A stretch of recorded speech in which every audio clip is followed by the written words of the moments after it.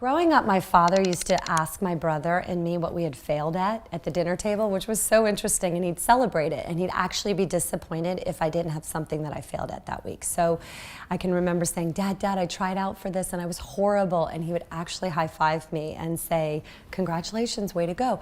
And what it did was just reframe my definition of failure. Failure for me became not trying versus the outcome. So many people don't take risks for fear of failure. They don't start the business, they don't go create the art they want to create, or they don't go try out to be in the play, or whatever it is, for the fear of failure. And once you redefine that for yourself and realize the failure is just not trying, then life opens up to you in many ways. And I would also, my dad would encourage me anytime something didn't go the way I expected it to, or maybe I got embarrassed by a situation, to write down where the hidden gifts were and what I got out of it. And I started realizing in everything there was some amazing nugget that I wouldn't have wanted to pass up. We've got to try to create an electric car company. But it wasn't as though in creating these companies that we thought that we would be successful. I thought that the most likely outcome was failure. But it was still worth doing, even though the odds of success were low. In fact, even for SpaceX, originally what I started doing was not creating a rocket company, but actually was going to do a small mission to Mars, which was just a philanthropic mission where you would send a small greenhouse with seeds and dehydrated gel, and it would, upon landing, hydrate the gel, and you'd have this cool picture of green plants on a red background. And the public tends to respond to precedents and superlatives. So this would be the first life on Mars, furthest that life's ever traveled, and you'd have this great money shot of green plants on a red background. So, yeah, I thought that would get people's attention. So, but the expectation for that was no return. So I thought we wouldn't get any, we'd just spend the money on that and it wouldn't happen. You should seek failures. See, if you're playing it safe, you're not going to win. If you're playing it safe, like that old saying, you were taught when you're a little girl, better to be safe than sorry. Well, that's a bunch of crap. It's not better to be safe than sorry. It's by trying things that you figure out how far you can go. You got to get outside the box. Like it's reported, Edison tried 3,000 ways before he built the incandescent light. He said he didn't fail 3,000 times. He said there was 3,000 different steps to building a light bulb. Well, there's different steps to get to where you're going. And I really do treat winning and losing exactly the same. I do not let it upset me. Do you think that's a big part of why you're so successful? Well, it's part of why I enjoy it. Mm-hmm. Yeah, I think it is, because I'll try anything. Like if I'm into an idea, the idea of losing never enters my mind. See, I have worked with giants. I had the good fortune of working with Sir Edmund Hillary.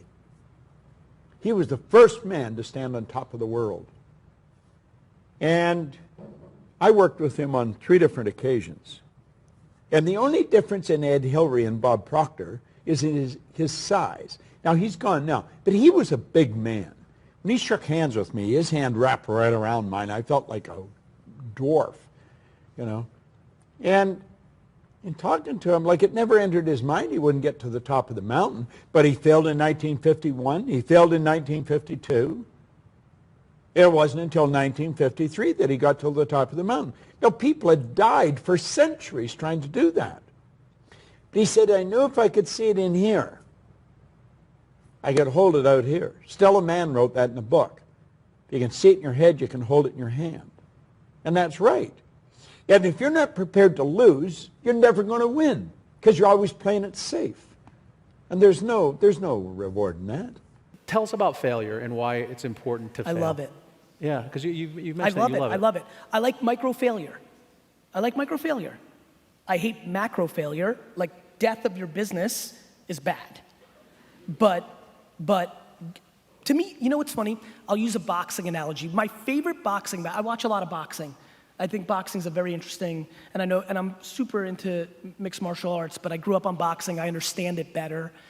And I like watching it because there's so many things that happen in boxing. First of all, what I love about boxing is there's nowhere to hide. Like it's super interesting, right? There's nowhere to hide. Number two, there's a scenario in boxing that I love the most. For some reason, there's nothing more interesting to me than watching somebody get knocked down in the first round and then go on to win the fight easily. It's an interesting psyche, right? And I like that, and this is what I'm thinking about it, which is like, here's what's bad in boxing and in business. Going into a fight, getting knocked the fuck out in the first round and losing the match. Bad. Getting knocked down and then having the adversity to readjust to what you got caught on and navigating it to easily win a fight is remarkable. That's how I think about entrepreneurship. The reason so many people struggle with entrepreneurship is you have micro failures almost daily. And they're very in your face. You can't hide. And I like that. I like failure because I think I deserve it. I hate when people don't respect the game. When I fail, it means I fucked up.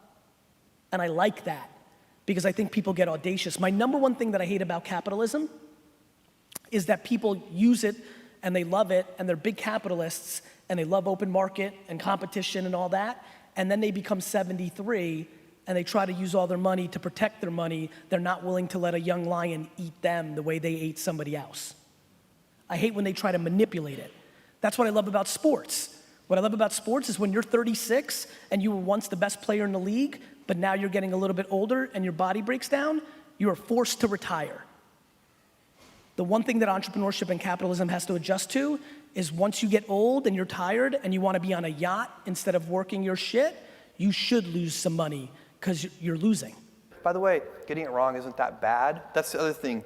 When we make mistakes, and we've made doozies like the Fire Phone and many other things that just didn't work out, we don't have enough time for me to list all of our failed experiments, but the big winners pay for thousands of failed experiments. So you try something like Prime, and it was very expensive at the beginning. It cost us a lot of money, because what happens when you offer a free all-you-can-eat buffet? Who shows up to the buffet first? The heavy eaters. It's scary. It's like, oh my God, did I really say as many prawns as you can eat? Oh. And so that is what happened. But surely we could see the trend lines. We could see that all kinds of customers were coming and they appreciated that service.